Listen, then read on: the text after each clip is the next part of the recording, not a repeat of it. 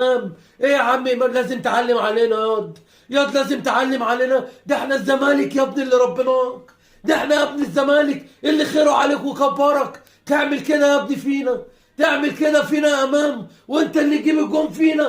بتحرق دمنا يا ابني، حرام يا ابني. ده احنا الزمالك، ده احنا الزمالك. امتى يا زمالك، امتى يا زمالك بتعمل فينا كده ليه؟ بتعمل فينا كده ليه؟ حرام، ما عندناش فرقه رجاله. فين الاباتشي؟ فين شيكابالا؟ ما هم قاعدين قبل المباراه يقول لك ايه؟ المرحوم بقوا 2 مراحيم، بقى فرقه الاموات. واحنا قلنا لهم هنعلم عليكم، هنعلم عليكم. فين التعليم اللي احنا علمنا؟ ده النهارده بأقل اداء الاهلي رقعنا 2، الاهلي خطفنا 2 وجاب لنا جون سينا وجاب لنا حكم مش عارف منين، وكانت لنا زرقاء علينا. وتركي آل الشيخ فرحان فرحان وبيضحك علينا.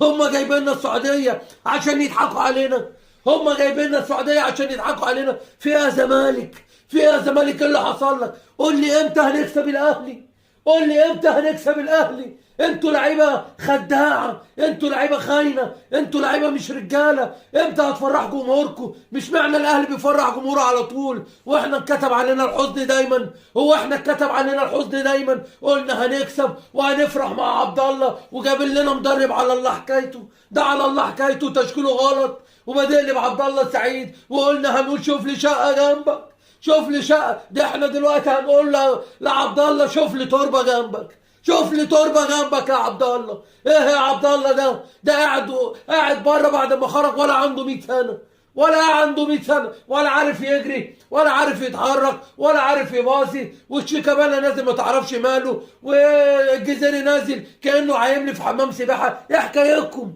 ايه حكايتكم؟ ارحمونا. جمهور الزمالك تعب، جمهور الزمالك قرف منكم.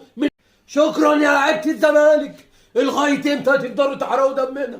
لغايه امتى؟ غلبنا 2 وقبل كده غلبنا 4-1 وقبل كده 5-1 وقبل كده 5-2 و6-1. لغايه امتى؟ لغايه امتى هتسيبونا كده في حرقه الدم اللي احنا فيها؟ مفيش رجوله في الملعب. فين صفقات الزمالك؟ فين صفقه القرن؟ ده احنا اتضحك علينا في صفقه القرن. هم خدوا مننا امام عاشور اللي حرق دمنا النهارده، اللي حرق دمنا ربنا يحرق دمه. فين لعيبه الزمالك الرجاله؟ اذا النهارده مفيش عبد الله، مفيش شيكابالا. زيزو هرب من المباراه، علق مصاب وخرج بين الشوطين. اما انتوا في ايه؟ ايه حكايتكم؟ هو انتوا هتفضلوا العمر كله تعلقوا دمنا؟ ده خلاص، ده ما بقاش في العمر بقيه. خلاص على اللي انتوا بتعملوه فينا. مش معنى الاهلي بيكسب كده.